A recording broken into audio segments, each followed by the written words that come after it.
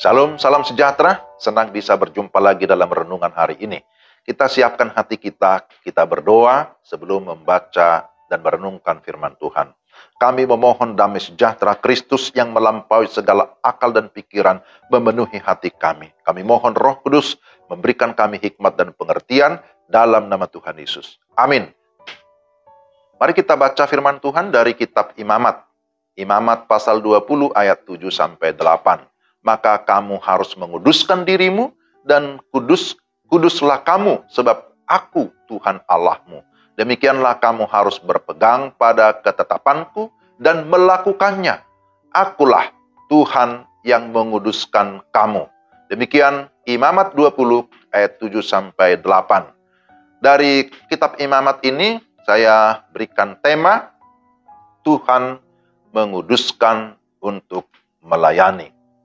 Saudara yang dikasihi Tuhan, kitab Imamat banyak mengandung hukum ritual atau seremonial yang diberikan Allah kepada para imam dalam penataan ibadah bagi kemajuan rohani jemaat.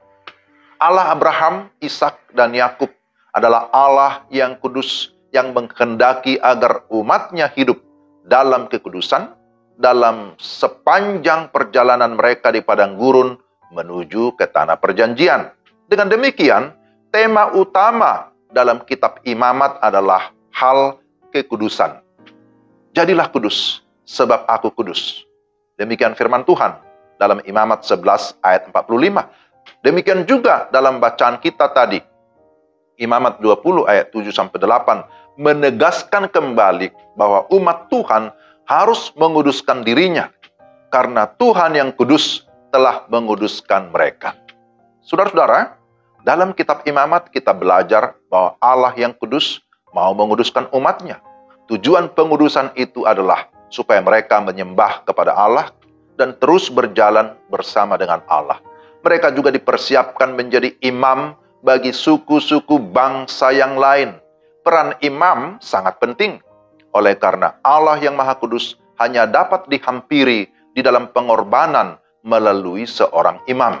Oleh karena itu seorang imam haruslah seorang yang hidup dalam kekudusan dan tetap berpegang pada setiap ketetapan Tuhan. Saudara-saudara, melalui kitab Imamat kita belajar berbagai macam korban-korban persembahan. Namun semua persembahan dalam perjanjian lama hanya bersifat temporal atau pengganti sementara. Korban yang sejati dan kekal adalah Yesus Kristus, Sang Anak Domba Allah. Sekaligus bahwa Yesus disebut sebagai Imam Besar Agung. Melalui kitab Imamat, kita juga belajar bahwa hadirat Allah yang kudus diwujudkan dalam kebaktian sebagai persembahan korban yang hidup, yaitu umat Tuhan sebagai korban yang hidup. Kekudusan Tuhan memancarkan kemuliaannya. Kehadiran Tuhan yang menyatakan kesetiaannya yang menggenapi perjanjiannya, yakni perjanjian Tuhan bagi umat pilihannya. Jadi sekali lagi, kitab Imamat mengatur tentang hukum-hukum persembahan atau ibadah, dan juga hukum pengudusan yang mendekatkan kita dengan Allah. Kita adalah orang-orang yang sudah dikuduskan. Artinya, kita dikhususkan untuk hidup bagi Allah. Dan pada saat yang sama, kita dipanggil untuk menjadi imamat yang rajani.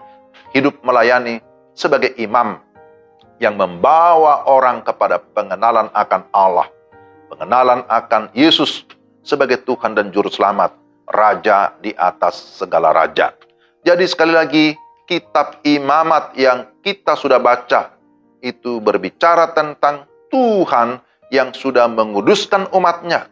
Karena itu umat Tuhan harus hidup di dalam kekudusan, dan di dalam kekudusan kita memang memberi diri untuk melayani Tuhan selama masih ada kesempatan. Mari kita berdoa.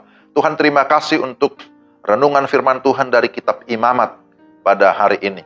Kiranya Tuhan terus menolong kami supaya kami dapat menjaga hidup kami, tetap hidup di dalam kekudusan, karena Allah adalah Allah yang kudus dan Engkau menghendaki supaya kami melayani di dalam segala kekudusan, supaya dengan demikian kemuliaan Tuhan, kehadiran Tuhan sungguh boleh kami rasakan di dalam setiap hidup dan pelayanan kami. Pimpin sertai kami menjalani hari ini dalam nama Tuhan Yesus. Amin.